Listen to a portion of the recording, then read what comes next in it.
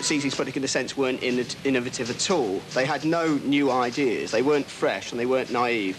And they weren't sort of the future of pop music as we know it. What they did do was take all the sort of tricks, all the golden rules that had been established throughout the years about how to sell a band to a record company. And that's basically all they set out to do in the first place. And that was the sort of Malcolm McLaren school of selling bands, which is basically the first thing you do is you don't let too many people see the band. Peter Powell, the best sound in Britain. Having tickled the fancy of the music press, Sigue Sigue found that their tactics of playing hard to get when it came to performing were also beginning to pay off. Secret gigs in obscure venues were adding to the mystique. The normal course of events, when a new band's launched, the first thing you do is get 3 or 4 tracks of the music. With Sigue Sigue Sputnik, nothing like that at all. And in fact, I spent about 6 months trying to track down a recording of any sort of them, and it was totally impossible. Sigue Sigue Sputnik on Polaroid. For the lucky few who managed to track them down, there was the thrill of feeling a member of an elite.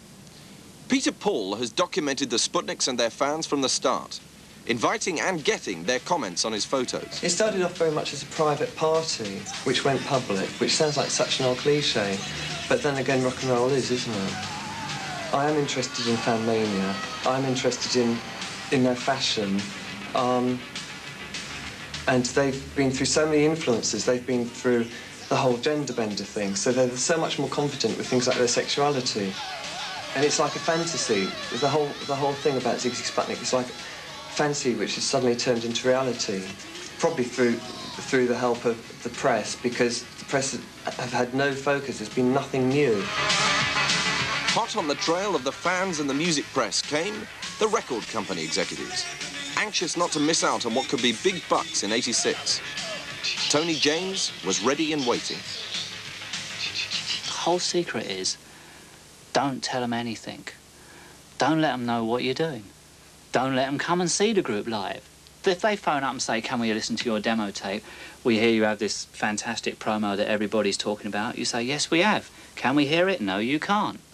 Record companies are wise to it if you haven't got anything going for you, you know, but if they see the act, you know, playing gigs and they know about it and they see us walking around in clubs looking like the most exciting rock and roll group they'd ever seen, and yet they're unable to hear a tape, it makes them more intrigued. Of course they're wise to it, but it's the way it works. I mean, everybody sort of says that they're a big con, that they're a big hype, but all pop music is a con and a hype in a sense. And the beauty of the way they've done it is that they seem at the moment to be the victors. They've taken total control of everything, and the record companies have fallen for it. Is there a sort of Malcolm McLaren influence? I've certainly got 1 or 2 taped interviews of Malcolm on video.